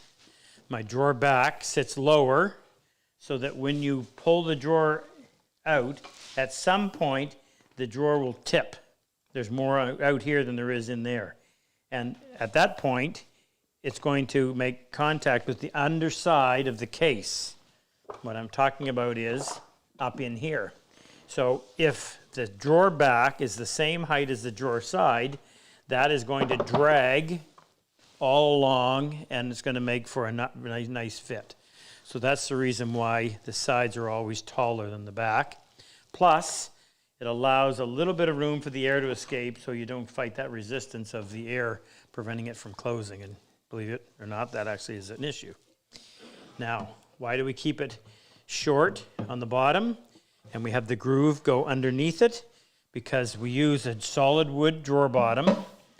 Grain always has to run this way because as the wood moves seasonally, it does not change dimension this way. If it did, it would push the sides out and it would bind the drawer. But it has to be allowed to move this way. So it's glued in this groove. It's not glued in this groove. It's not glued in that groove. Here, it's Stand it up. 2 screws that are sitting in slots so that as this piece expands, everything goes this way, and that groove will allow for a little bit of movement.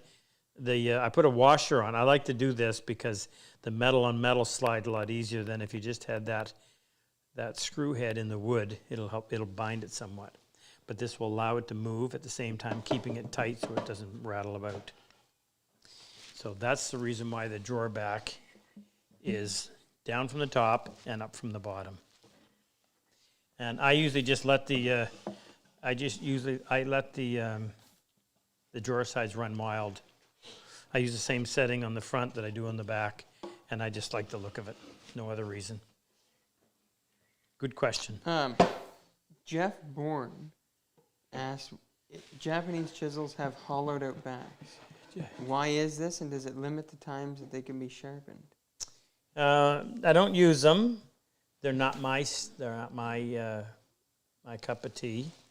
It speeds up the flattening process because there's less surface area.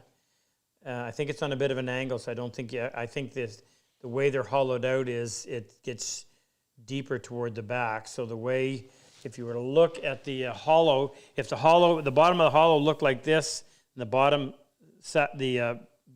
of the chisel was here, as you move up like this, it moves the hollow back away from the front edge. So I don't think that's ever an issue.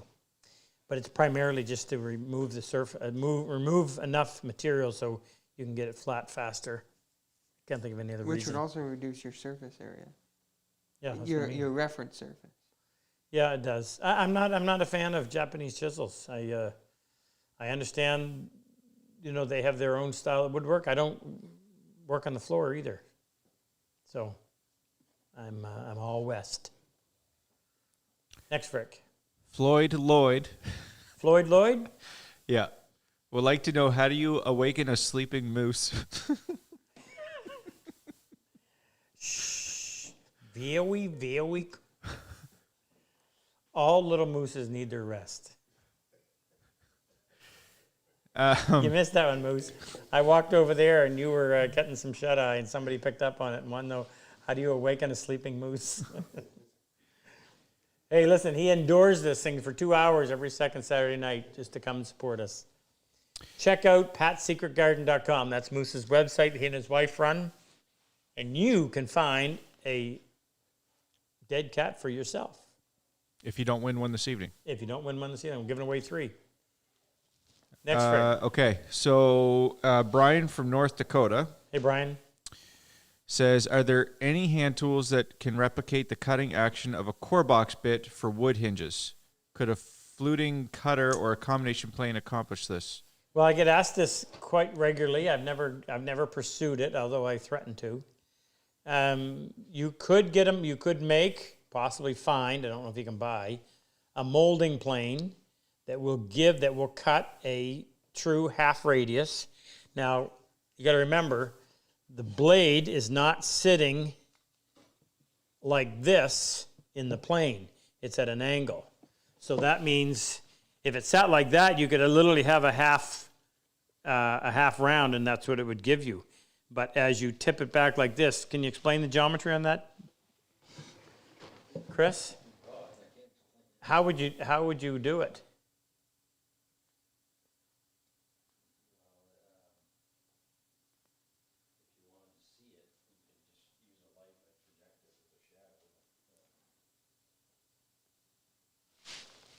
I often wonder how would you I would just do trial and error. For instance, when I made these planes, and there's a radius on the bottom, the mouth looks weird like that because I modified the plane to give me that radius. Jake, are you with me? So what I did is I put the blade in place, and I went over to a belt sander, and I literally just followed that shape and ground the blade to match this. Now that won't cut. Then I had to go in and I had to create a negative bevel on the back side of the blade, but I had that little radius to follow that was created when I was rolling this on the belt sander to create that actual shape. But if I took this blade out and held it to you up like this, it would not look like that shape. But laying down at a 45-degree angle, that's what it produces. So that's what you would have to do with a small bit. It is certainly possible, and if you get it done, let me see it. Love to see it. Again, it's another one of those, you're not really gaining anything.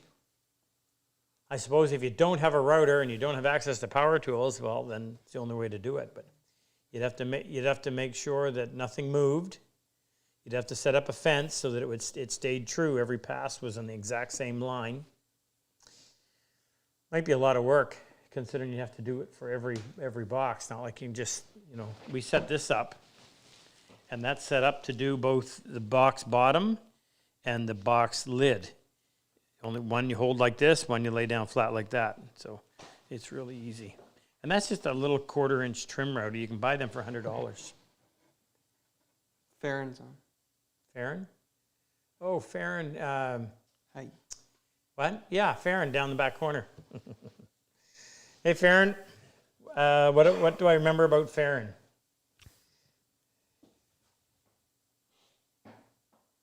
What was he? Army? Yeah. I know lots of things about him that I can't repeat on here without... not bad. We'll just say hi, Farron. Gary Cooper says, what do you think of using a strop after the sharpening stone? Get asked about that a lot. So what some people, if you remember the old barber shops, when they used to use a straight edge for shaving, he would have a leather strop on the side, and that's how he would dress the final edge before he'd start hacking you up. And they would put some kind of a compound in the leather. And some people take that and use it in their woodworking tools. I don't. When I sharpen my plane blade, I want that edge to be straight as I look at it this way, and I want the edge to be straight as I look at it this way with just a slight feathering here and here. And what the strop does has a tendency to roll that over, particularly on a chisel. I don't want that. But beyond that, here's what I say. I use a coarse stone and a fine stone, so a 1,000 and a 16,000. It takes me 32 seconds. Watch the video, 32 seconds to sharp. 32 seconds to prepare my plane blade. When I'm done, the surface of the board, if you run your hand on it, you would say, wow, that is smooth. And if there's nothing that I could put beside this that you could say, oh yeah, that's smoother than that is. So 32 seconds produces a surface that you cannot improve to where your unaided hand or eye can tell the difference. So at that point you say, why would I go any further? What advantage is there? There isn't any advantage. So that's why I don't use the strop. I want to preserve that nice straight line, and the system I have now gives me the best edge that there is not room for improvement where you can detect it. Another example of law of diminishing return. Next, Frick. This one comes from Margaret in the chat. She says, hi, Rob. What Margaret. size fret saw is big enough for marquetry, veneer, and cutting dovetails? Will a 5-inch do all of it well, or do I need a deeper saw? Sorry, the compressor kicked on and I didn't hear the last part of what you said. I know she's asking about a fret saw, Should we wait for it to turn on? and she No, wants for just speak marquetry. Well, Marquetry, veneer, and cutting dovetails. She says, will a 5-inch do all of it well, or do I need a deeper saw? well, if you're going to use a handheld fret saw for marquetry, and you've got to reach in really far, then you have to have a fret saw that gives you a throat deep enough to accommodate what you're trying to do. If you're just dealing with little small work, well, that small fret saw would certainly do. I wouldn't want anything. I wouldn't want anything bigger than this for dovetails. The bigger it is, meaning the more the frame reaches out here, the more out of balance it is, and it's awkward to hold. This does the job and does it well. But if you're using it for any other purpose and you need that depth of throat, then you have to get a bigger fret saw. That's going to be limited by the 3-inch throat on that. Okay, next, Frick. Gerald Dvorak. Gerald Borat? Dvorak. Oh. Yeah. Says, how many and types of shooting boards does Rob have in the tool chest? Gerald's from South Dakota. Gerald from South Dakota? Yep. Well, let's see. I have the one that gets used the most is my 24-inch, 24 by 12. That would get all of the use. My second most common one would probably be this little one, which I use in conjunction with a block plane. And it's nice if you're dealing with little small parts. This, by the way, is a bench hook that we make for cutting dowel for wood hinge. You do the 3/8 on this side, you do the 1/4 inch on that side, and it works like a little. Zero clearance. No, what was I going to say? It works like a little miter box, and because it's got a 1/4 inch radius in there, it prevents any tear out on the back side of your dowel, which is what you want in order to have it go back together so you cannot see the joint. This is not a shooting board. This is my 45 degree. That gets a fair bit of use. That's another bench hook. That's not a bench hook, but it's just for, what is that? Oh, that's for planing narrow stock. I can just sit down here, lay it up against that.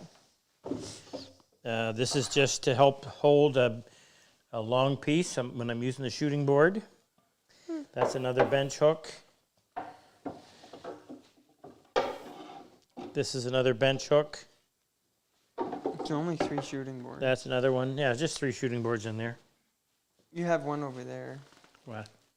Oh, Long one. over here I got a couple actually that are just really long for doing a long piece. But what you use that for, you can now use your bench for as well.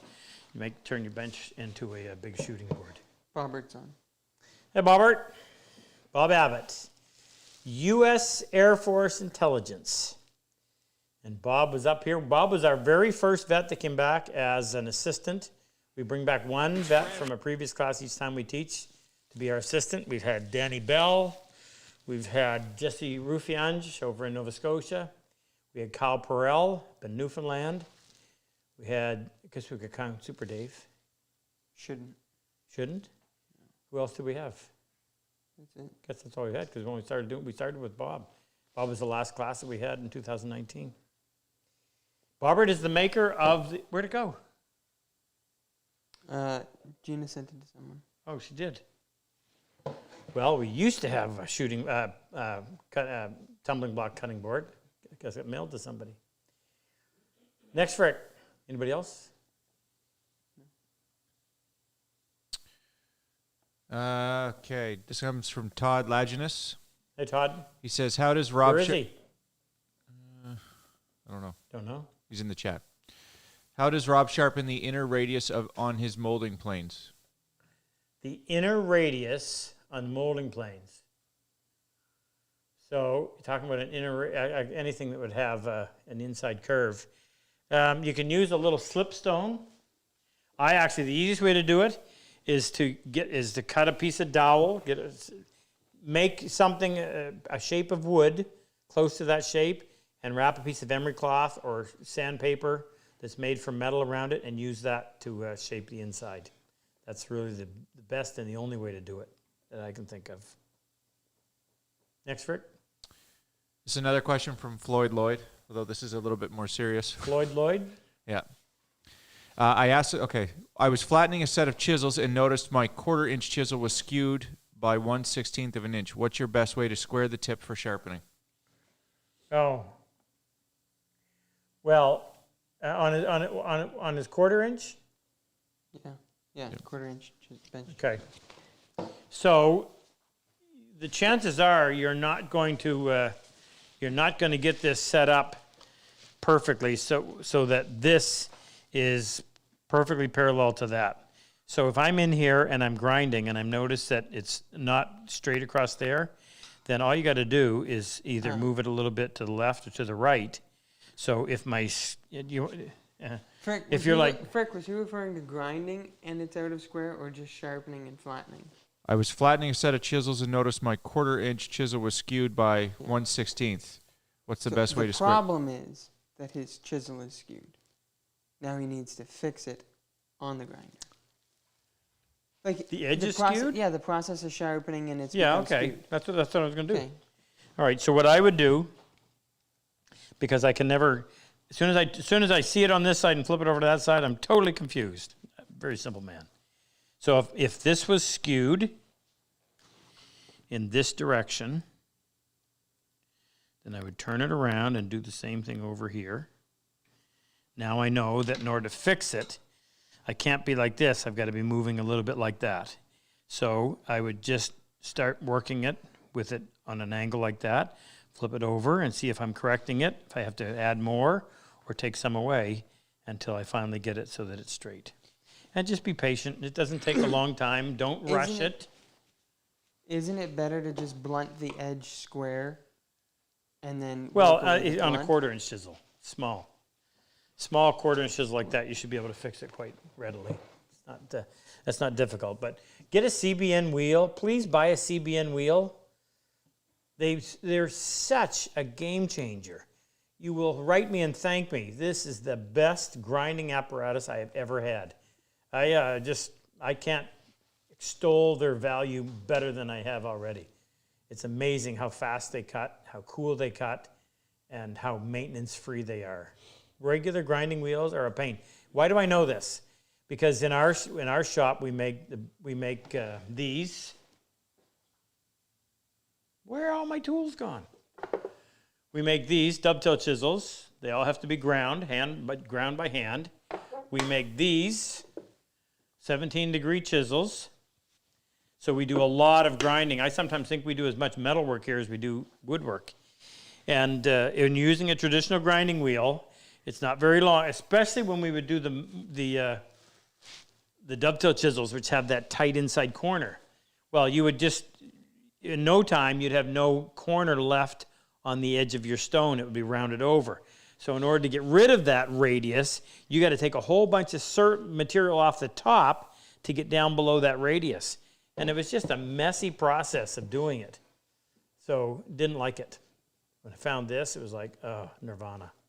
We're here. So if you have anybody out there has grinding issues, spend the money, get the stone. You will not be sad. What's You'll be happy. What's the grit on this CBN wheel? 80 grit. Remember, surface quality of the primary bevel doesn't matter. It never touches the wood.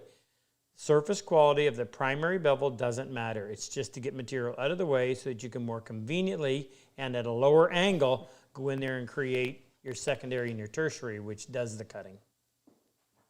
Next, Frick. Okay, one more, because I got to get the draw ready. This one comes from Glenn Lewis. He says, I just bought an old brace and a dozen auger bits. Any advice on sharpening the bits? Yeah, the auger bits, we've done that numerous times. You need to get a file to do them. There's such a thing as an auger bit file. Let's see if I can find it to show it to you. Where are they, Jake? It's, Here? Yeah, it's in there. It is? Yeah, it's in the drawer that doesn't have the file with handles on them. There it is. So this is an auger bit file. So it's got a cutting surface here, none there, cutting surface here, none there, cutting surface here, none there, here, none there. So you would take one of these bits, get a big one, make it easier to talk about. So you're going to sharpen. You're going to sharpen this. What is going on here? This surface. And you're going to sharpen this cutting lip right here. And that's about all you need to do. You don't want to take these down too low because these have to be higher than this, because these go in and they score the perimeter of the circle. And then these two lips come in and they hog out all the material. If they touch before this, it's going to make a real mess, especially when it goes across the grain. It's going to rip and tear. So you got to be careful when you're filing not to file too much of that away. Never touch the outside. That'll ruin it. So you only do this and that and this and that. Not that difficult. Holding it sometimes is, but you get in a position where you can do it. And if the screw's all wrecked, well, get another one. We're going to have a whole bunch of those for sale here pretty soon. We bought, how many did we buy, Jake? 2,000. 2,000 antique ones, old ones. So, and a lot of them are good and ready to go. So if you haven't been able to find them, we'll have a good source. Donations are just over 1,500. So we're only giving away one prize tonight. Oh my. We're going to have to start. Well, we'll do something. We'll do something. So what are we going to It's become an expensive venture. What are we going to give away? Why don't we give away the box? All right, we'll give away the little ring box. One more question, Frick. No, I don't have any Oh, ready. come on. It's You $8.58. meanie. All right. 3 dead cats and 1 little ring box. This is the actual one that was in the video. That's the one we'll give away. All right, we're drawing right now. Yeah. If you're buying this to put her engagement ring in, it better be a really nice ring. All I can say. Who's up, Frick? All right, give me a second here. I got to switch the camera. Okay, so we're doing a dead cat first. Yep. First dead cat goes to. First dead cat is going to, don't forget to email support@RobCosman.com if you're a winner to tell Gina your size. First dead cat is going to Sven Balin in Belgium. I think. In Belgium. I think that's what it means. Shipping a dead cat all the way to Belgium. What is that going to be, Troy? Well, Sven, I hope you have cool summer nights, so you'll really appreciate this. Next winner is Mark Schultz in Alabama. Hey, Mark, Alabama's going to be a little bit warm for a dead cat, but that's all right. Fall's coming. Don't say that. We haven't had summer yet. And the third dead cat is going to Narian McCrae in Calgary. Narian. Well, I've been in Calgary enough to know that you could use a dead cat at any moment of any month of the year. First year I taught in Calgary, I remember going home from the shop midnight on August 1st, and the marquee on the hotel said 1 degree. Next morning we got 7 centimeters of snow. Anyway, on a happier note, if you didn't get a dead cat and you want one, go to patssecretgarden.com and you'll be able to get your very own. Keep you warm, keep you toasty. We also have the blue the blue golf shirts with the Purple Heart logo on there. And who are we going to give away? Who's going to get this famous little ring box? The ring box is going I'll sign the bottom before I ship it out. to Steve Wernham in Newbury, England. Hey, Steve, all the way over to the UK. Congratulations. Hope you enjoy it. Hope she enjoys it, since she'll probably get it. All right, folks, we are going to be back next week. Yeah, we've got, Frick's got a couple of weddings to do, so we're going to miss 2 weeks, so we're going to double up. We'll be here next Saturday night as well. Luther will announce the topic sometime this week, and we'll be here with bells on. You will be too. Have a good week. We'll see you then.